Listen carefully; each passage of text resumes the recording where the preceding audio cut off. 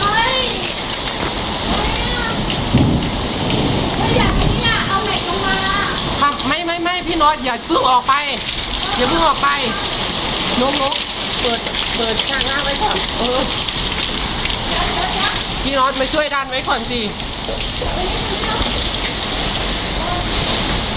อุ้ยพี่น็อต